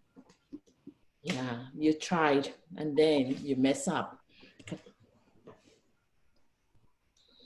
Well, it's all about recognition, right? Like the fact that you recognize that you might have failed, and accepting that and learning from that. And I would say that would be it. Like again, not specifically knowing, what was the failure. It's hard to answer the question, but I think it doesn't matter how far you've come professionally. We are all making mistakes. We all are, and there's no such thing as a perfect human being, and just recognizing it, having awareness of it, and accepting it, and seeking pardon from whoever you may have impacted. That I think that alone brings you a lot higher than realizing that you have done something, and that's the end of the world. I think you would be surprised how forgiving people are. People are very forgiving as long as you come out and say, I think I messed it up. Yeah, that's owning it, Sandy. I agree. That's the first thing, because you need to come at it with some level of authenticity. Just it shows how real you are when you say, okay, I messed up. I did wrong. I am sorry, and this is what I'm going to do about it. And you ensure that you follow through and you correct whatever mistake or whatever, action you did, however best you can correct it. And just, move on from there, but never try to hide it or push it aside as if it didn't happen. It's the worst thing you can do to yourself and to your career. I So, And definitely think that's yeah. sorry, Ms. Evangeline, were you gonna say something? No, no, go ahead. Okay. I definitely think that hiding would definitely bring up problems. Taking ownership of it, as both Sandeep and Sharon have said, is a big part of it. But the way I look at life is you either succeed or you learn. So at the end of the day, that mess up or failure, whatever you want to call it, that was learning a learning experience. phase. That was you going through the learning phase. That's So right. depending on your relationship with the person in leadership, you can get around that because you've learned from that mistake and now you know not to do it going forward. Right? If Exactly. you didn't have that failure, but you actually succeeded and then you made that mistake while you were in the position that you want to get to, then there might be an issue. But that mistake happened before you got there. You learned from it and now you know going forward. Let Good me point. just share just a practical thing. It happened to me. I made a mistake. Not really a mistake, but it went against the culture of the organization. I just come from England to Canada, and the way we do things in England is very different from the way we do things in Canada. So the culture was different. And oh my gosh, the backlash that came out of me speaking up at some meeting and being courageous to say something. I didn't get a bonus that year. So because bonus was discretionary. So that was one of the reasons I didn't get a bonus. Then the next year, when they were doing bonuses, my boss brought up the issue. Another boss, I was now working in a different team. So let's not get it wrong. People will label you for that mistake you made. The next year, they were doing it and they said, oh, this, they brought it up. I said, what do you mean? That happened last year? I didn't get a bonus because of that. And you want to bring it up this year? No. That happened. Don't even bring up that issue this year, kind of thing. So you will be labeled for it, no doubt about it. Some people will remember you for it. Some people, they may forgive, they may not forget. So it may be something that until you leave that organization is always going to be a label with you. And I mean, I ended up succeeding in that organization. I got promotions and I got bonuses, but it was a label that people are going to be willing to attach to you, and you have to be the one to even stand up and say, yes, I did that, I made the mistake, let's move on. You're so Yeah. right, Yvonne. And you know what? Sometimes too, what we have to do as sponsors, we can, I remember someone from my team messed up, and It was a pretty big mistake, but it, you know, it was redeemable. And she was being penalized for it the following year in her bonus too. And I had to stand up and advocate for her. I said, you know what, she messed up, but this is what happened. And it was last year. And, you know, a lot of stuff that were good happened this year. So as when we're in certain roles too as executives, we have to be that voice for the voiceless sometimes, because she didn't even know that conversation that happened with, you know, in the back room on her behalf. So we have to, you know, use empathy and really, you know, advocate as well when we hear those things happening, you know. Just a point, Yeah, yeah. and you know what, everybody, like, oh my God, like this is amazing. I can relate to all of things, but if I can have 2 minutes to give a story, because it's exactly like what the Q&A is question was all I'll about. give you So one I minute. messed up as 1 minute. I Go ahead. 1 minute. Yes. I messed up as a leader because I was thinking about, do I have a story? I do have a story. Okay. So it was a performance review coming up, and I had somebody who worked in the administration for me. I was so impressed by her performance through and through, and it to the point that I said, come the performance review, I guarantee you a bonus. Okay. And she was like, no, she was like, are you sure? I'm like, no, you know what? This is outstanding work. It's a guaranteed bonus. 6 months later, performance review happens. She gets eased through and through, raving reviews from her peers, all of that stuff. For whatever reason, I couldn't give her the bonus. And now I was like, oh my God, I put my promise out there. I said something that I'm not able to keep. Should I have done this? So there were a lot of lessons learned as a manager for me and as a leader for speaking something earlier than I shouldn't have. Like, that's besides the point. How did I redeem myself is what I'm going to get to. So I was miserable, like even to look in her eyes like after that and say that I cannot give you the bonus that I was saying, like it was embarrassing. Like I was killing myself. I took upon myself to figure out through that performance review, paid close attention to what she was seeking to do professionally, and took personal interest to give her all the coaching, mentoring, and guiding her to get into the HR program, get her certification as an HRPA, human resource professional, supported her through the company funding to pay for some of her courses. And then I later realized I think I kind of made it up for the mistake that I did. But that's how I felt the redemption. And to this date, we are friends. I'm talking about 9 years later. She's married, she has children, and we still talk about it. And I said, I screwed up your bonus and I'm so sorry about it. He says, are you kidding me? But seriously, you make mistakes. I learned as a manager and as a leader what I should and shouldn't have done. And I found ways. I paid very close attention and saw what could I have done to just do something about it. And I did, and she trusted me to do that. And there you go. So it comes around. It's a circle. You know, you do your karma, it comes around, and you just don't have to feel bad about it. We all make mistakes. And people are forgiving. Believe me, people are forgiving. You gotta believe that in your heart. I love that people are forgiving. And like Yvonne said, if they don't and they want to label you and bring it up, be courageous to remind them this is in the past and be ready to rewrite the story.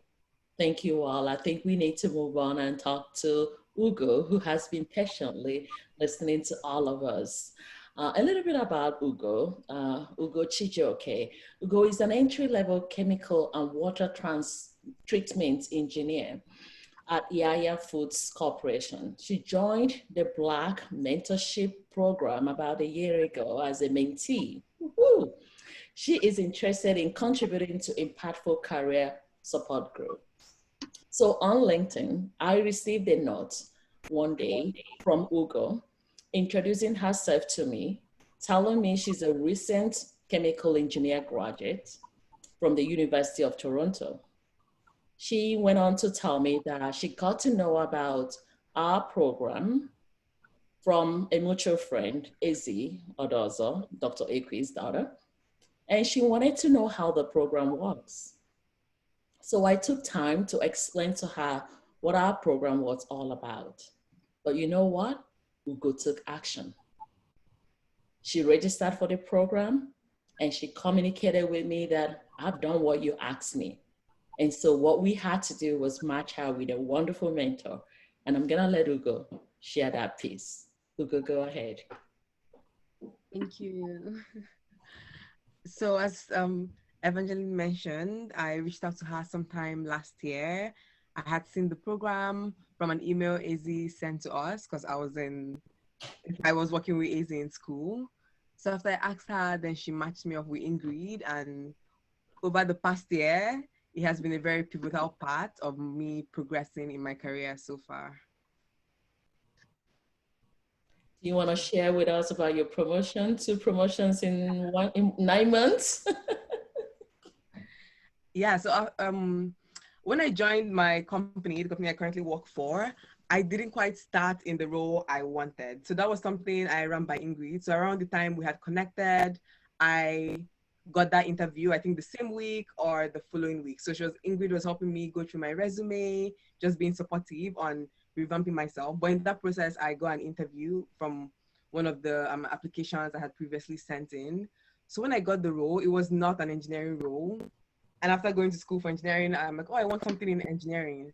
But at the same time, with all the advice from Ingrid, I ended up going with the decision of just starting somewhere, because being so young in our career, sometimes you're like, oh, I want this, it has to be this. I have my degree from U of T, I'm this, I'm that. I have all these qualifications, as we were all talking about earlier. But then knowing that, oh, I'm just starting out and it's best, I can start from wherever and then slowly prove myself and contribute to my organization, show that even though I didn't start from this role, which I wanted, I can do a great job at anything. And then with time, push for what I know I'm worth or the area I want my career to go in. And then also, if that's not forthcoming with the organization, know when it's time to move on. So I started from that role and I was doing my best at it. And then with time, there's the self-doubt also comes in, where I felt like, oh, I need to go for more certifications. I need to get all these things before I can even approach management or approach HR and ask for a promotion or ask for opportunities in the areas I'm interested in. But also through the program, I usually used to meet with Ingrid I think bi-weekly then. So from her advice, I knew that, okay, I didn't have to wait till I was thinking of, oh, let me go for a project management certification and go for this and go for this other one. And then when I get all these things, then I'll carry everything together and go and meet HR and ask for what I wanted. But from what I was doing and the effort I was really putting in the company, I got the confidence from my meetings with Ingrid as well to go speak to my manager, speak to HR, and just say, hey, like, I'm putting in all this work and I have my degree, I have all of this, and this is the area I'm most interested in. So if there's an opening in this area in the organization, I'm interested in it. But in the meantime, I'm also happy to keep doing a great job in the role I'm currently in. And then within a few weeks, they looked into all that, looked into the work I had been putting in, and then they did give me that promotion, which was into more of a managerial role and also in the area I wanted. So it's also just like the biggest thing I took from it is, I think Ingrid mentioned it to me once, of how closed mouths don't get fed, and just knowing how to ask for what you want. And also knowing, even regardless of how much you try for something, try, but then also knowing when to stop trying. So in this case, I tried and thankfully it worked out. And if it didn't, I would have kept trying, but also knowing when you've tried enough and it's time to stick out other opportunities. Absolutely. And honestly, bravo. Thank you so much for sharing that experience with all of us. I think what you said, your experience touches on everything all the panelists have said. Going to acts is like what Sandeep did, chasing after that executive and, getting him to listen. And she got what she wanted. If you never ask, you will never get it. But think about it. All of us really, especially the Black professionals among us, what we've been taught is education, certification, qualification, and we need to step back and start retraining ourselves. When you know better, you do better. It's not all about the certifications and qualifications. I'm beginning to realize it's about how you are getting that courage to step up and ask. And this is actually bringing us down to our power talk, where Yvonne is going to be talking to us about building resilience in time of change. Yvonne. You're on mute. I try to be on mute so I don't disrupt anything. Thank you so much. I really appreciate, the opportunity to speak about this. And thank you again for, the introduction at the beginning. When I want to, I'm going to start off with a little bit about introducing myself in a different way. So I'm an immigrant who has lived in 3 different continents. Grew up in Nigeria, moved to England as an immigrant, and also moved to Canada. So when it comes to facing issues as an immigrant, been there, done that.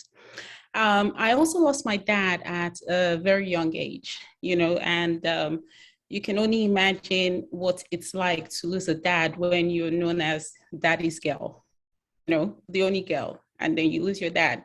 It was one, if there's anything you've ever feared in your life, there are certain things, I hope this never happens to me.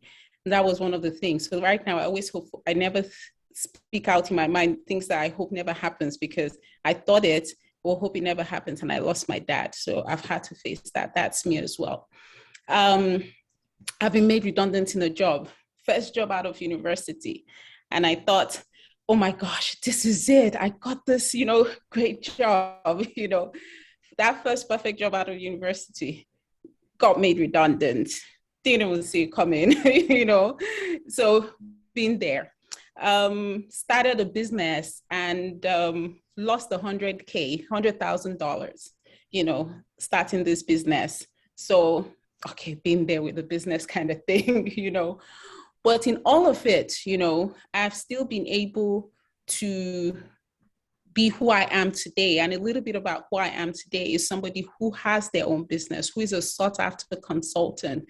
I have investment properties. I have my own property that I live in, I have events that I do. And then people say to me, okay, how did you do that event? Where did you get, how do you know all these people, kind of thing. And I'm just at a place where I'm at peace with myself. So when I think about resilience, I think of a ball. So think about a ball. When you bounce the ball against the wall and it comes back to you, that is resilience. When you bounce that ball at the wall and it comes back stronger, that is resilience. So when you're down and you bounce that ball and you bounce it harder, regardless of what's happening around you, and it comes back stronger and better, that for me is resilience, regardless of whatever change is happening through my life. That is what I personally define as resilience. So there's so much changes going on around us right now. Pandemic has been one of those biggest changes that has been going on, where people have lost their jobs, but people have also gotten new jobs, where people have lost people who are close to them. I don't know about you, but I had somebody close to me die out of the pandemic. So the pandemic is real, regardless of what anybody wants to say. So how do you bounce back? How does my friend bounce back from a situation from losing her husband? I don't know. But that's where we pull on what is known as resilience. What do we do when in this time now, the kind of changes that we're going through with technology, future of work, AI, fourth industrial revolution, blockchain, all kinds of things are happening around us. So change is happening around us, regardless of how we want to think about it or not. Robots are taking over jobs, but guess what? New jobs are being created. So it's not all a sad story, but change is happening. So regardless of how we want to see it or not, change will happen.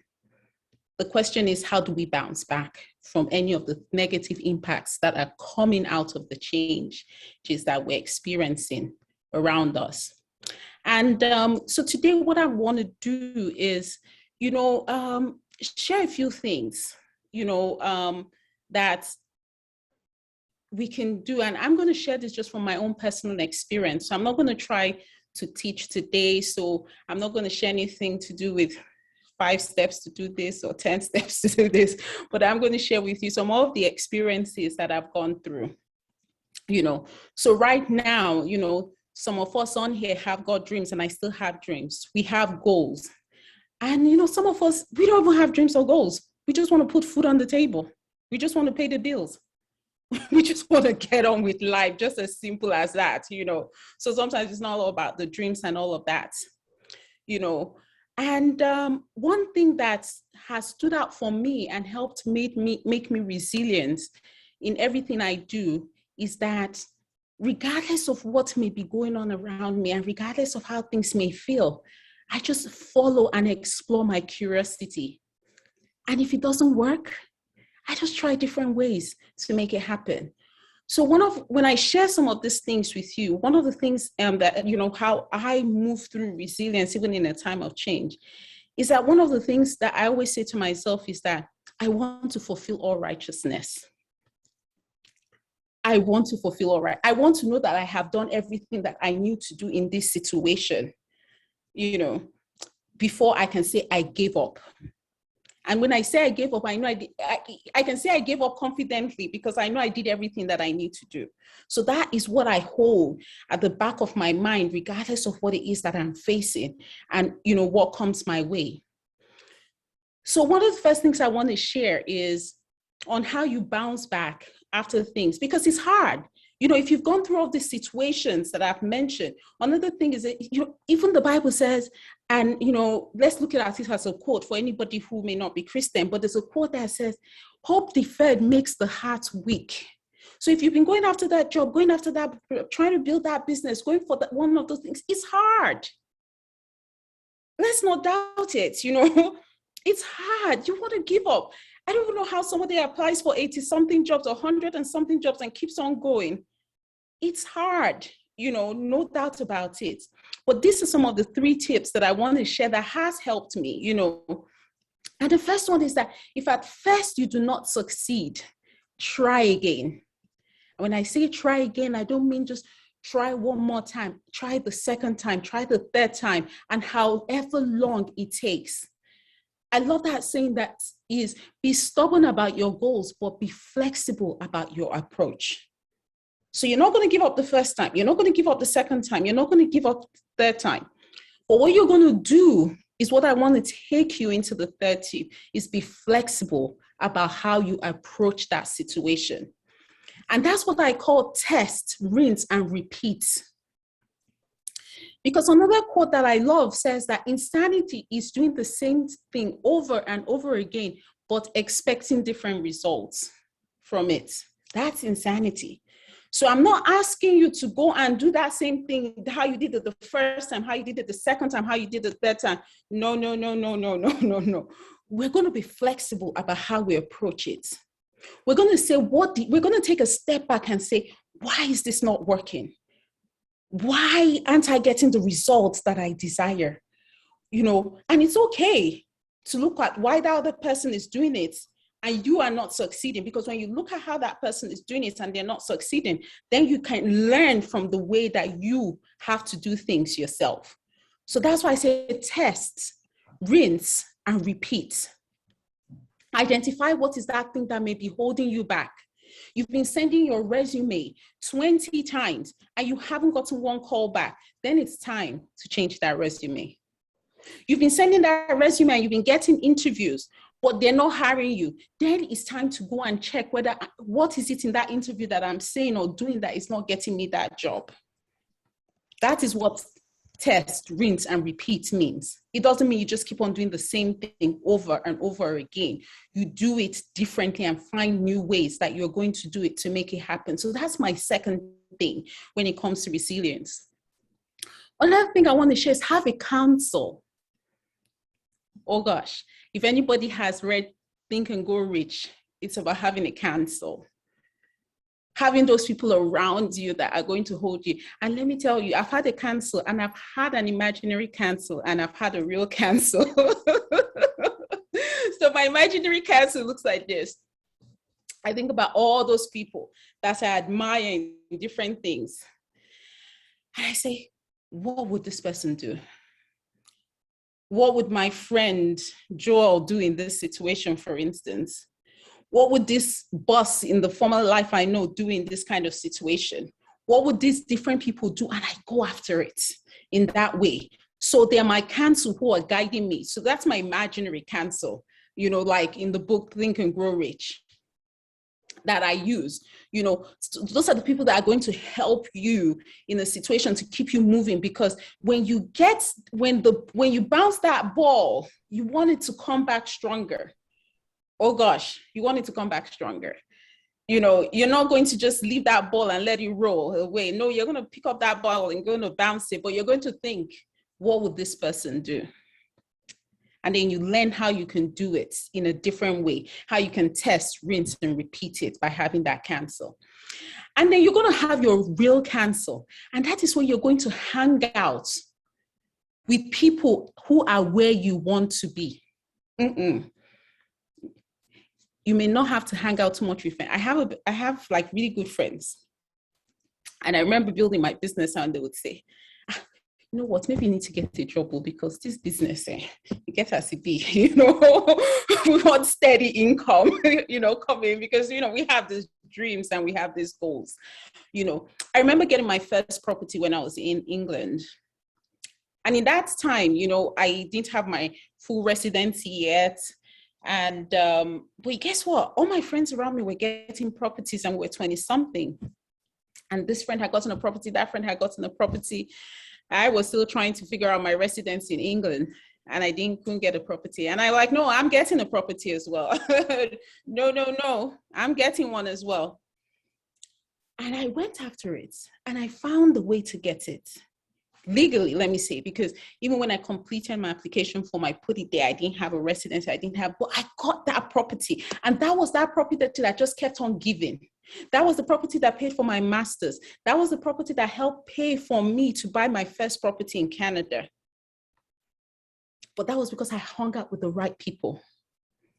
Imagine if I'd hung out with people who did not have those aspirations, who, if you tell them, I can't get property, they'll say, just rest. It's okay. Remember, you don't have your residency yet, so it's not possible. Don't worry about it. You know, it's good to have that encouragement. But I hung out with people who were all getting it, and I wasn't going to be slacking around it. So who are you hanging out with is the question. Who are you surrounding yourself with that when it's time to give up, they tell you, no, let's go find a way. Okay, girl, we're going to have a pity party. But after that pity party, let's keep on going. How are we going to sort this out? Who are you hanging out with? And you know what? It's also that even if you're hanging out, it's not only about saying, okay, I'm going to aspire and only hang out with those right people. Let me correct that. You're going to hang out with people that you're going to pull up.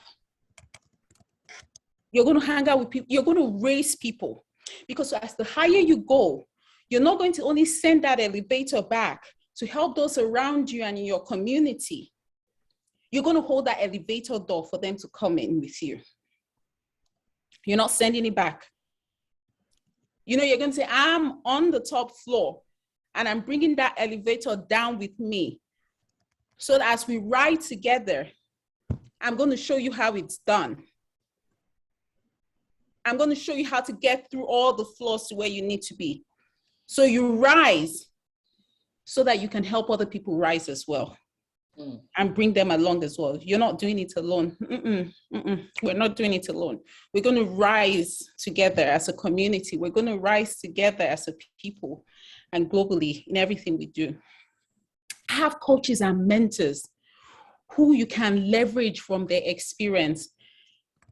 I haven't been blessed to have a steady mentor in my life, but I have been blessed to have people who can provide me guidance and support me, you know.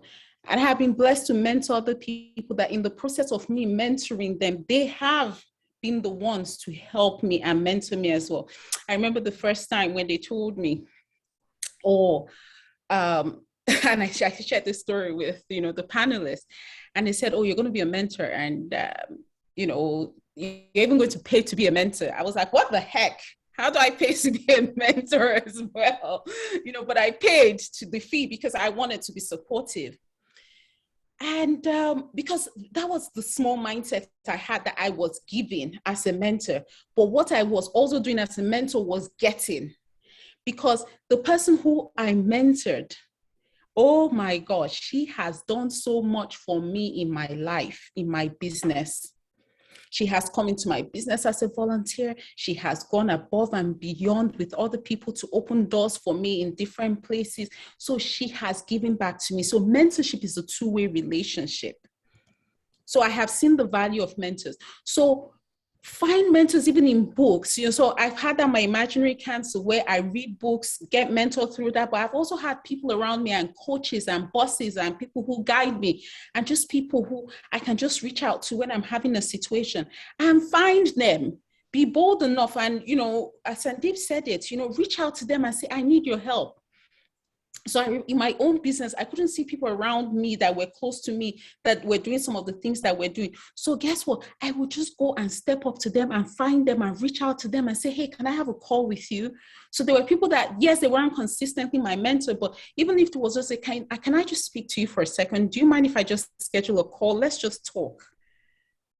So that's what I've done. But I do feel that I do need somebody. I'm at a place and stage where I need a consistent mentor, not just, and I pay sometimes for all those mentors and coaching. I've done that where you pay, get into a program, you pay to have somebody who is coaching you through something. But I want to get to a place where I'm getting free mentorship, Seth.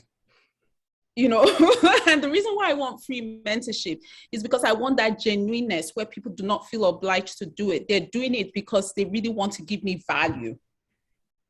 So if you have the opportunity to even get somebody who they're not being paid to do it and they just want to help you get to somewhere in life, oh gosh, grab it with all your fingers and hands and legs and everything and move with it, because that's what I need right now. Somebody who will steadily mentor me for the next 1 year. So if you know anybody who is in business that can help me scale my business and grow, I'm putting it out there, please give me that mentor. I need them right now. Yes, I'm paying for those services as well, but I want somebody who would just do it for me from the genuineness of heart. So if you're blessed to have that, please, hold on to it and grab it, and use it and leverage it, because what a mentor will do for you is fast track you.